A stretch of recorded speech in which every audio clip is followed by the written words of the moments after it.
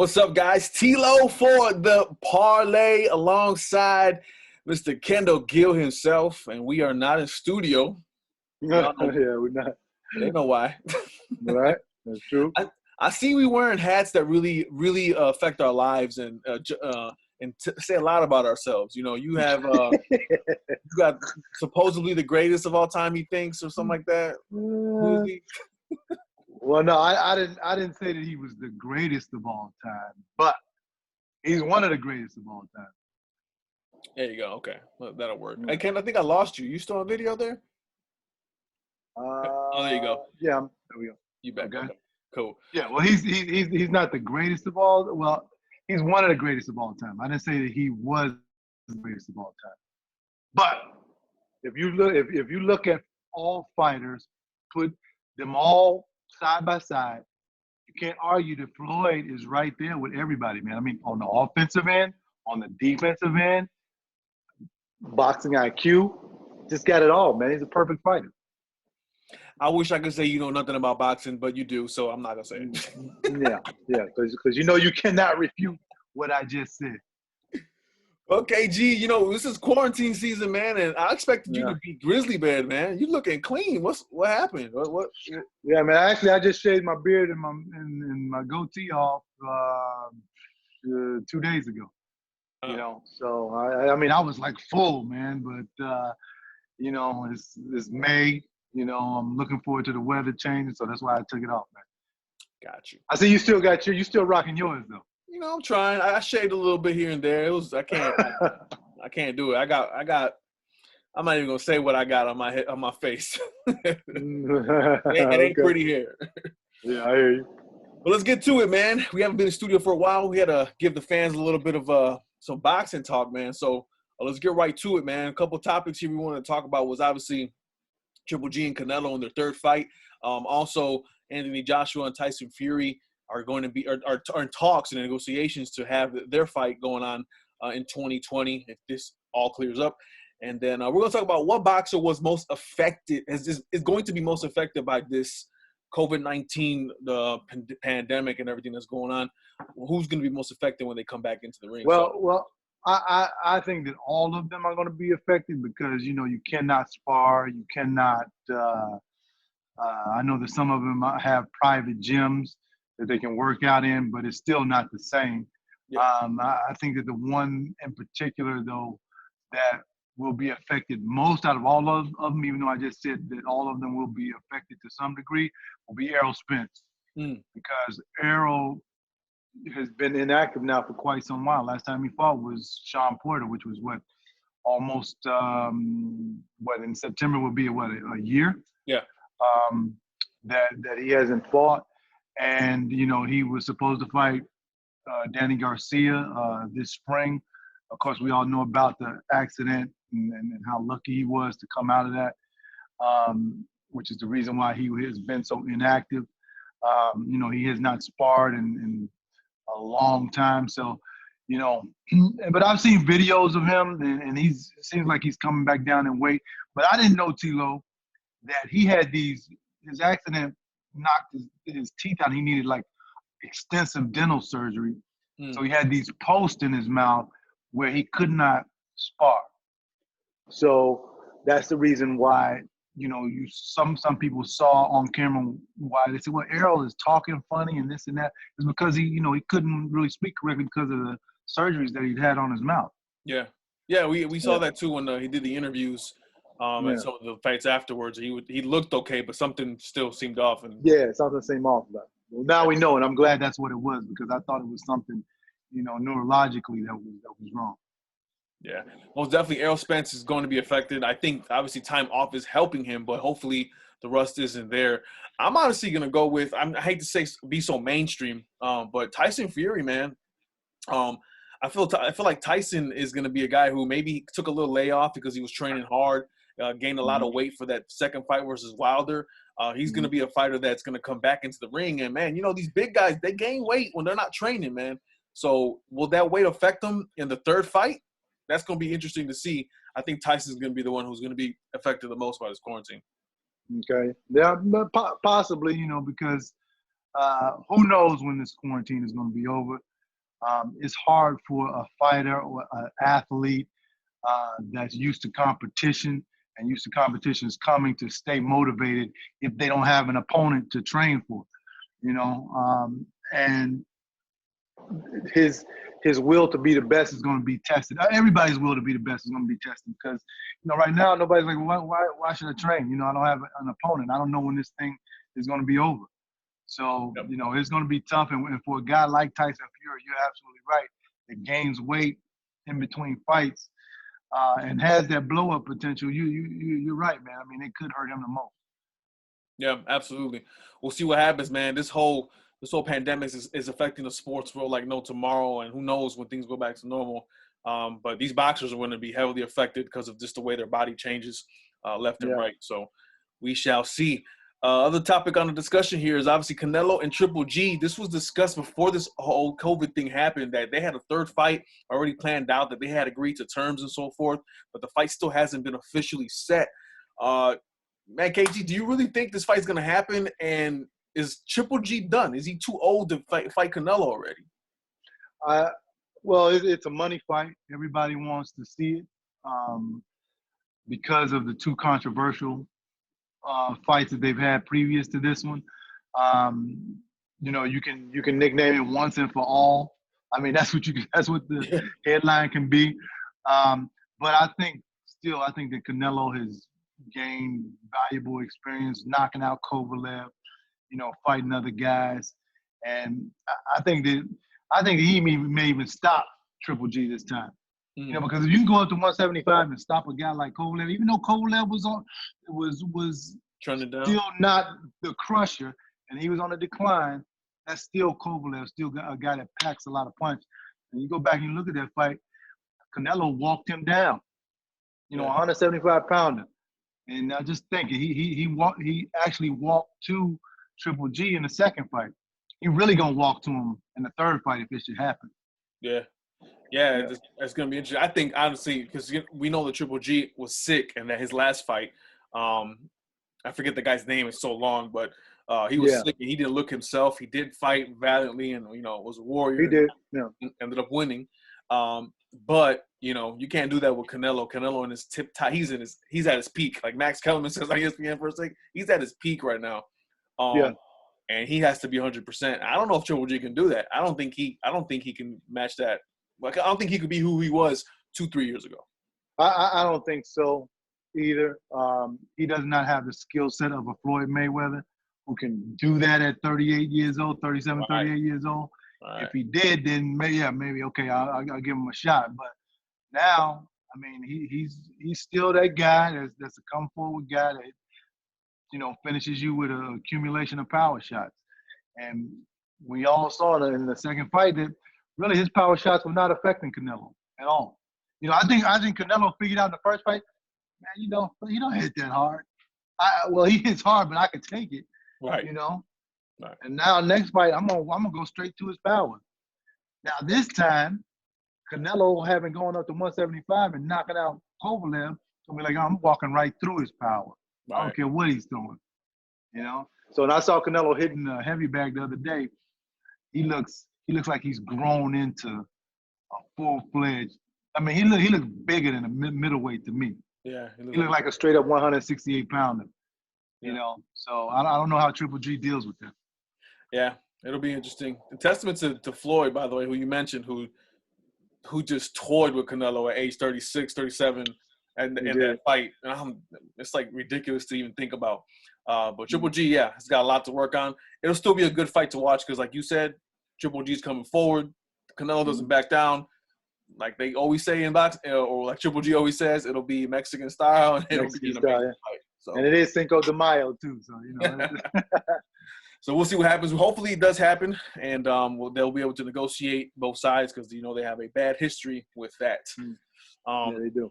Finally, man, let's talk about Tyson Fury and Anthony Joshua, who they're supposed to be in negotiations to fight as well. We know that the Wilder and Fury fight has also had also been already settled and a date was given and so forth. But Joshua's been talking a lot of smack on social media. I saw about Wilder, and now he's trying to make fights happen with Fury. What do you think about these three guys, man? They're still hovering around each other. Andy Ruiz and maybe Luis Ortiz are probably gonna do something on their own. But what's gonna happen with these three heavyweights, man? How do you think this is gonna pan out after all this? But they're gonna have to fight each other again. Tyson Fury, of course, defeated Deontay Wilder in the second fight. But, I think that Deontay Wilder – did you know that Deontay Wilder tore his bicep in that fight? I was informed. Yeah, he tore his bicep in that fight. So that could have really affected him, throwing his right hand. But still, in that fight, Tyson Fury made the adjustments in order to get to Deontay Wilder. Did a great job of that. Now, in the second fight, I think Deontay Wilder will make the adjustments to defeat Tyson Fury. Third fight. Now, I mean the third fight. The third fight. I'm sorry. Also, too, with Anthony Joshua, I think that all three of these guys think I need to beat those two in order for me to be on top. So I'm thinking Tyson Fury is trying to fight Anthony Joshua. I don't think he wants to fight Deontay Wilder again. I think he wants to go straight to Anthony Joshua. Now, what does that entail? That entails them giving Deontay Wilder money to step aside, and we'll see whether that happens or not. But people are saying that Tyson Fury will whitewash Anthony Joshua. I just don't think so. Yeah. And reason being is because when in the second fight, Tyson Fury was walking to Deontay Wilder, and Deontay didn't do the right thing to keep him off, to make him stop. I know what he needed to do. I already told you the punch he needed. Yeah, we remember. That Deontay Wilder actually used in the 11th round of the first fight that made Tyson Fury stop punching. And Tyson Fury backed up. Deontay Wilder did not use this punch one time. Now, you go to Anthony Joshua. Anthony Joshua has a tremendous inside game. People don't realize that. And, I was watching something on the internet the other day on Instagram where Mike Tyson was saying Tyson Fury punches long. So in order to beat Tyson Fury, you got to get inside his punches. What did Anthony Joshua do to Klitschko? He got inside on him, used those uppercuts, going to the body and all that stuff. That's what I think he'll do. That's what I think he'll do to Tyson Fury. I think Anthony Joshua beats Tyson Fury. Let's not forget too. Those are good points, KG. But let's not forget too that Anthony Joshua is a boxer. Deontay was not. So that's a big difference. That Wilder couldn't handle everything Fury was doing. Joshua will make adjustments as he did with Andy Ruiz. Obviously, Andy Ruiz is no joke, but he will make those adjustments. So it will be difficult. I honestly I wouldn't know what to say with these two though. These two are both skilled boxers because Tyson is a better boxer than all of them. And again, if he comes in as heavy as that, let's hope Anthony Joshua can deal with the weight. And let's see who outboxes who, because that's exactly what's going to happen. Right, and if I'm a trainer, and because I'm a boxing fanatic, I watch fights all the time. The way you beat Tyson Fury is to go to his body. His body is wide open every time he comes in. I was going to say. This is what he does. He feints 3 times, then he throws a jab, and he comes over with the right hand, or he throws a hook and he comes over. The one thing you got to do, throw your right hand to his body. And he's going to stop doing all that stuff. And, that's what I think that Anthony Joshua is going to do. That's what I think Deontay Wilder is going to do in the third fight. Stop going for his head. Everybody goes – first of all, he's 6'9". Yeah. Hard to reach. He's taller than everybody else. Why go? He's great with his head movement. Yeah, So why even focus there? Just go right to his body. Boom, boom. Make him stop. Both Anthony Joshua and Deontay Wilder are big time punchers. You're not gonna tell me that those punches are not gonna slow Tyson Fury down. Yeah, they will. Yeah. The only thing is you just can't. You just have to be defensively responsible. And catch the punches being thrown at your head. But, I believe if they do that, you stop Tyson Fury. Yep. Because first fight between Deontay Wilder, Tyson Fury, Okay, Deontay Wilder hits him with that punch I'm telling you about in the 11th round. Tyson Fury backs up, doesn't punch for like 30, 40 seconds. Now, Tyson Fury is worried about that same punch in the 12th round. Deontay Wilder feints down there, comes back up top and knocks Tyson Fury down. Go to the body, set up the headshot. That's what you have to do to Tyson Fury. Yep. Yeah, he's a big body, man, and you got to be able to adjust around him because he is so big.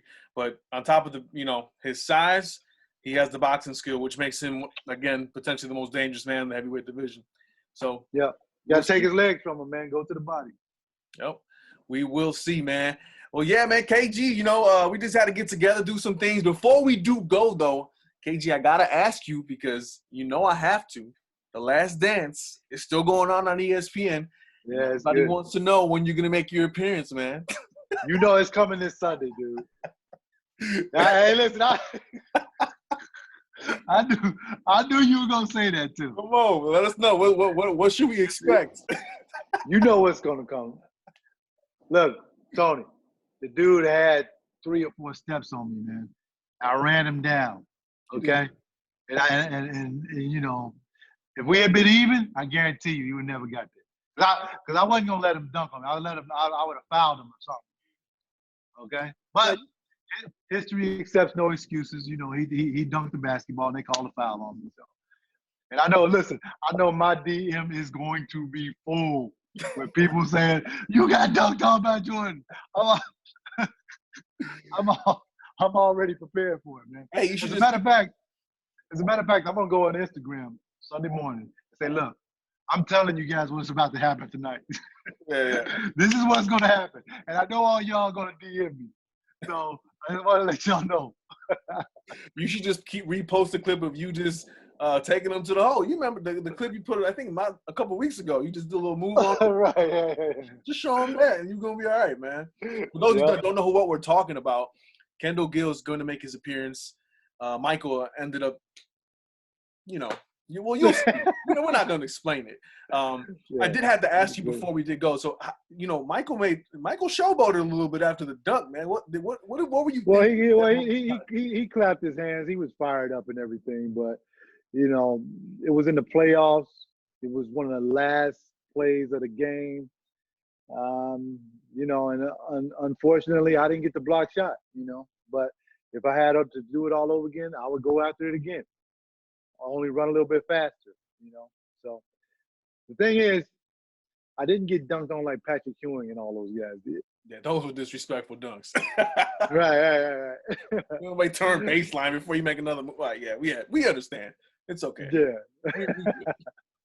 KG, man, good seeing you, man. Well, hopefully we'll be in studio soon. Hopefully, man. Man, we'll get this done. And, man, to see what happens with the sports world and guess in general, especially boxing. I'll see how these guys do. And everybody keep following us on social media and Twitter. Don't forget to visit the website, parleyshow.com. And we'll just keep you guys posted on what's going on, man. All right. KG, you like the trophy? Oh, yeah, man. It's cool. It's tall. Hey, were you just down in Florida? I was. I went for the weekend for my teaching gig, yeah. Did you fly? I flew. What were the airlines like? I went into the airport, went straight to TSA, went straight to my terminal, went straight into the airplane. There was nobody there. Nobody. No. Yeah. So it's essentially the best time to travel because there's nobody at the airports, man. So and internationally, everything's out. So all the international airlines are closed. There's nothing going on. So did you have like a mask and your gloves on and all that? Yeah, mask. I had masks galore, man. I got mask. We should have wore these for the show. They had masks and everything. But yeah, man, until this all ends, it's pretty much empty out there. So yeah, it's cool.